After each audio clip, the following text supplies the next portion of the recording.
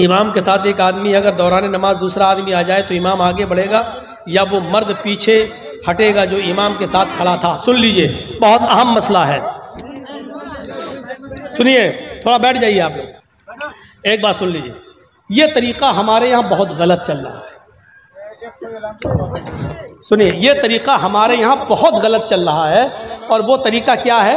जैसे हम नमाज़ पढ़ रहे हैं, अल्लाह अकबर, अब वो आदमी आया हमारे पीछे से, अब उसको मालूम है, छोड़ दीजिए, अब उसको मालूम है, अरे भैया चुप रहिए यार, आप थोड़ा सा रुक जाइए, तो गाड़ी चोरी हो गई तो हो गई, अब उसमें कोई क्या कर लेगा भाई? जब हिफाजत नहीं है तो क्या कर लेगा? जिसके नसीब में थी हो गई। भाई एक गाड़ी चोरी हो गई है, चोर दे देगा, मोबाइल देता नहीं, गाड़ी दे देगा। जलसे में अब तक 10 जूते मेरे चोरी हो चुके हैं, मेरे हो चुके हैं भाई। और जो ले गया वो कहने लगा मौलाना जर्जिस का जूता पहनेंगे जन्नत में चले जाएंगे। बताइए, चोर इस नीयत से आ रहा है, क्या करेंगे आप? अभी ऐलान बाद में हो जाएगा। इमाम के साथ एक आदमी है, अगर दौरान नमाज दूसरा आदमी आ जाए तो इमाम आगे बढ़ेगा या वो मर्द को पीछे हटेगा? देखिए, बेहतर ये है कि इमाम को आगे कर दिया जाए, पीछे किसी को खींचना ये ज़्यादा मुनासिब नहीं। तरीक़े दोनों जायज़ हैं, दोनों बेहतर हैं, लेकिन अल्लामा इब्न तैमिया रहमतुल्लाह अलैह ने लिखा है और फतहुल बारी में हाफिज़ अहमद इब्न हजर अल अस्क़लानी ने लिखा है और सुआल अल उसैमीन का फतवा यह है कि जो आदमी पीछे आ रहा है वो इमाम को इशारा कर दे, इमाम आगे बढ़ जाए और वो उसके पास उसके साथ खड़ा हो जाए। लेकिन आगे दीवार है, इमाम आगे जा नहीं सकता है, तो फिर ऐसी सूरत में वो मुक्तदी को पीछे खींच ले। दूसरी चीज़, एक चीज़ ये बताना थी, एक बार ऐसा कि मैं अकेले नमाज़ पढ़ रहा हूँ, अल्लाह अकबर, अब मैं अकेले नमाज़ पढ़ रहा हूँ, बहुत से लोग क्या करते हैं, पीछे से आए और वो हमारे बगल में खड़े होकर अल्लाह अकबर वो भी पढ़ने लगे। उनको ये मालूम नहीं है कि हम फ़र्ज़ पढ़ रहे हैं कि सुन्नत पढ़ रहे हैं, कौन सी पढ़ रहे हैं, वो आगे खड़े हो गए।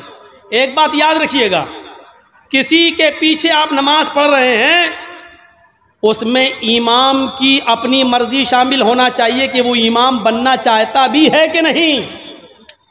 हम अकेले नमाज पढ़ रहे हैं और आप आ गए हमारे साथ, शरीक हो गए, अल्लाह अकबर। आपने हमारे बारे में जाना भी है कि हम इमाम बनना भी चाहते कि नहीं। नमाज पढ़ना तो हमारे लिए ज़रूरी है, लेकिन हमारा दिल गवारा नहीं होता कि हम इमाम बने, बहुत बड़ी जिम्मेदारी है। तो बेहतर यह है कि आप अलग नमाज पढ़ लीजिए, उसके साथ शरीक मत होइए। आप अपनी अलग पढ़िए, वो अलग, क्योंकि इमाम की रजामंदी ज़रूरी है। वो इमाम बनने के लिए राज़ी है या नहीं?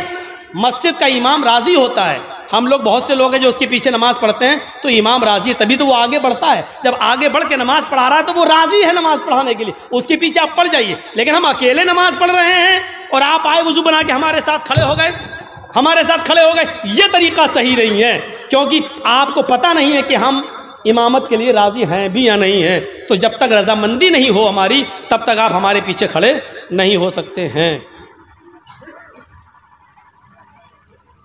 किसी एक इमाम की सारी बातों को मानना कैसा है?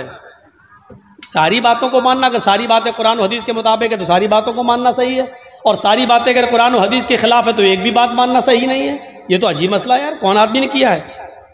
किसी एक इमाम की सारी बातों को मानना कैसा? सारी बातें तो मानी नहीं जा सकती हैं। हमने जो तकरीर की, मेरी सारी बातें नहीं मानी जा सकती हैं।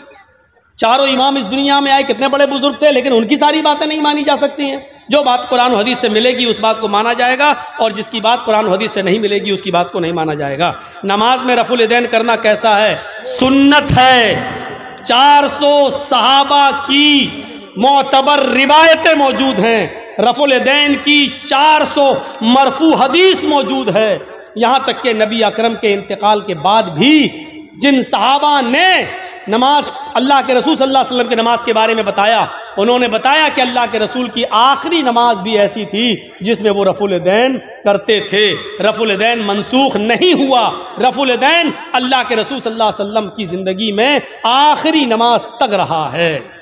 नमाज में आमीन कहना कैसा है? मैं समझता हूँ कि अब इन मसाइल की ज़रूरत नहीं है, ये भी सुन्नत है। अल्लाह के रसूल सल्लल्लाहु अलैहि वसल्लम ने फरमाया कि इज़ा क़ालल इमामु गैरिल मग़दूबि अलैहिम वलज़्ज़ालिन फ़क़ूलू आमीन। जब तुम्हारा इमाम कहे गैरिल मग़दूबि अलैहिम वलज़्ज़ालिन तो तुम कहो आमीन। इमाम ज़ोर से कहता है गैरिल मग़ज़ूबि अलैहिम वलज़्ज़ालिन मगरिब इशा फजर में, तो तुम्हें भी ज़ोर से कहना है मगरिब इशा फजर में। इमाम आहिस्ता कहता है ज़ुहर और असर में, तो तुम्हें भी आहिस्ता कहना है ज़ुहर और असर में। ज़ेरे नाफ हाथ बांधना कैसा है? मैं समझता हूँ कि इस वक्त इन मसाइल को मत उठाया जाए, क्योंकि ये इस वक्त उम्मत को जोड़ने की ज़रूरत है। जहाँ सीने पे हाथ बांधना, नाक के नीचे हाथ बांधना, इन मसाइल पे चर्चे होना चाहिए, लेकिन आपस में बैठकर, मिलकर, बैठकर संजीदगी के साथ जलसों में अभी इस किस्म की बातें नहीं आनी चाहिए और इस किस्म के मसले बयान करके मेरे भाइयों फितना खड़ा नहीं करना चाहिए। ये सब चीज़ें गलत हैं। हालांकि आमीन और रफ़ुल यदैन की बात भी नहीं पूछना चाहिए। ये सारी बातें हमारी पुरानी तकरीर यूट्यूब पे आप सुन सकते हैं, देख सकते हैं। इस वक्त उम्मत को जोड़ने की ज़रूरत है, तोड़ने की नहीं। अगर आप आमीन और रफ़ुल यदैन में भी उलझे रहेंगे तो माफ़ कीजिए।